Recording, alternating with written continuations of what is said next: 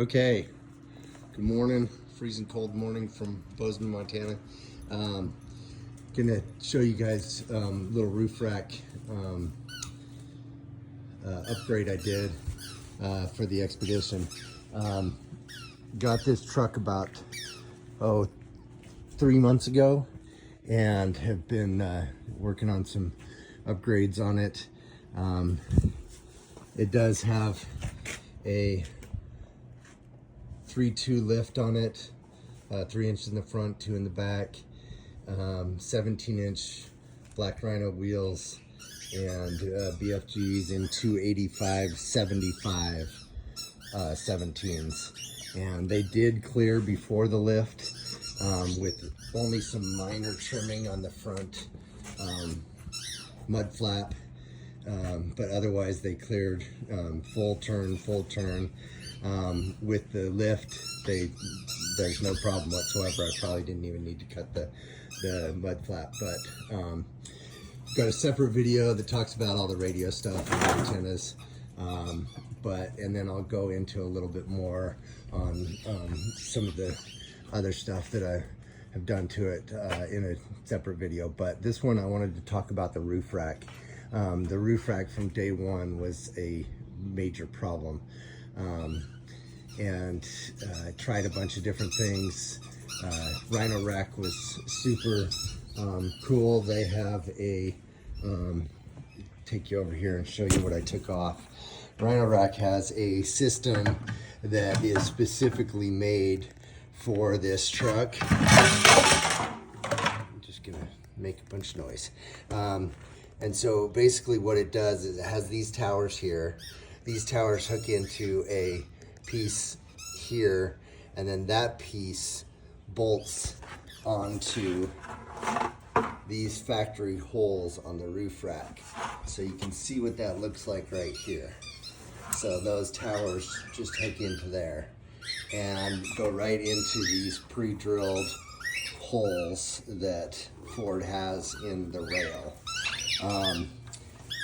And then as you can tell, these pieces here pop over this here, and they just clip onto these little clips there, right in here. And so to take the roof rack off, all you have to do is pop this cover off with just a screwdriver or a body panel tool, and then undo the factory 10mm bolts here and here. And the same is on the back. In the middle of the rack, they've got this piece here that bolts to the car.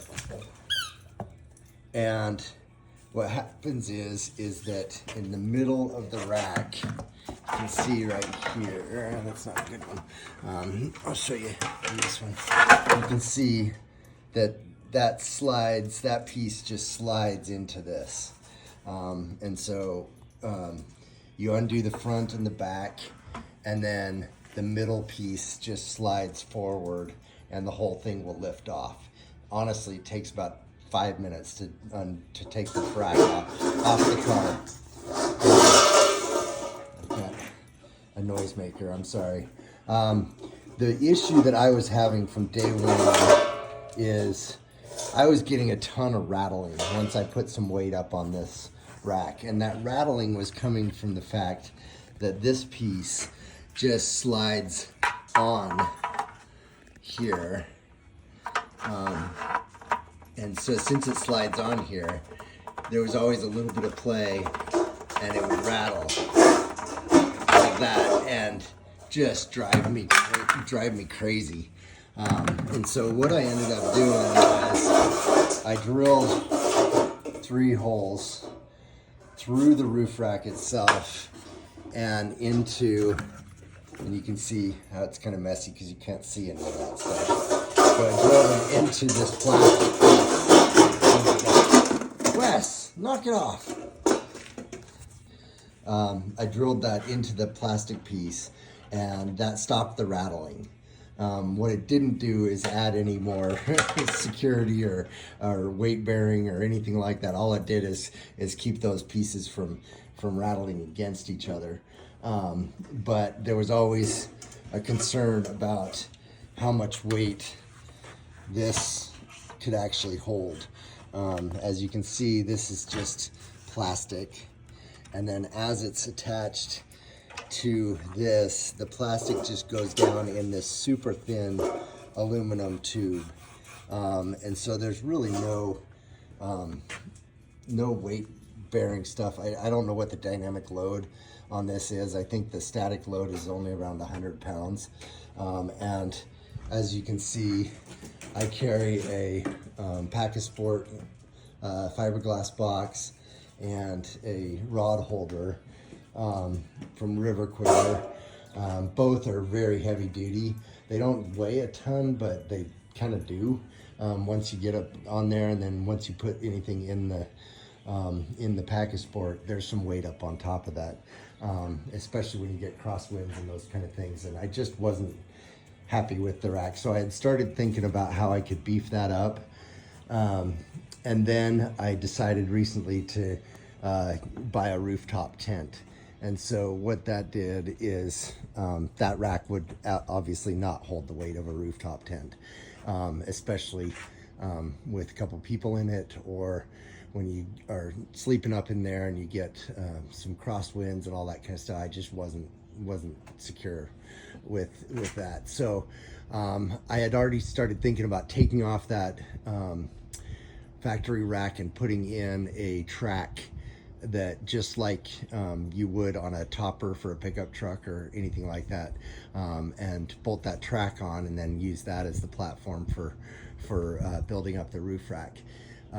I couldn't get a normal Thule or Yakima or Rhino rack or any of those factory tracks that you put on the back of a pickup truck shell, because they were only 78 inches long. And as you can see, as I get up on here, using the factory holes for this rack, for this track, is almost 90 inches.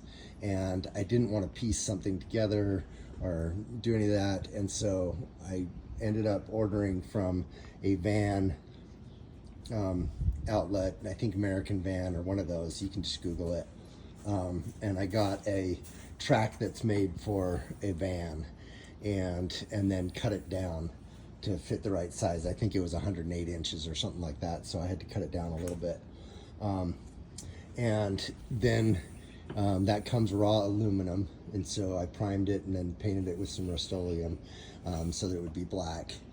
And as you can see on the truck, this channel here that it sits in is all unfinished, and under the regular roof rack, this is exactly what it looked like. It wasn't covering any of this stuff up. So this is what it looked like with the rack on it, and this is what it looks like with the track on it. Track fits right down into this channel, perfectly. And all I did is just drill holes so that they matched the two in the back. This is the two bolts that were underneath that plastic piece in the center, and then these are the two in the front. There's one here, and then there's one in here that's covered up by this trim piece that I've put back on, and I'll show you on the other side how that looks. And so now I've got a track that can hold all kinds of weight. It is bolted in factory holes. I didn't have to do any modification to the truck whatsoever. I just drilled the holes in the right places for the track, and then underneath the track on the bottom I put a 1.25 inch Gorilla Glue tape, double-sided tape, mainly just for water. I don't think it's actually holding anything down. The bolts are holding everything down super tight. You can see there's absolutely no wiggle with this whatsoever, and it's right down on the truck itself, so there's no up and down movement. And so by putting that tape on there, it just basically seals up from any debris or anything getting underneath the track and being a place where corrosion can happen and those kind of things. So this is what it looks like once it's on. I did try to mold this a little bit so it looks, you know, kind of finished. And then come out to the back here. On the back, I did cut it at a little bit of an angle, so so it just looks a little bit more professional. So this is what it looks like when it's on the truck. Almost gives it a naked roof look. So with no roof rack, it still looks nice. And then just to show you, because I haven't put this other piece on because I wanted to be able to show you, this is where that front bolt is, and it's covered up by this trim that just snaps back onto this here.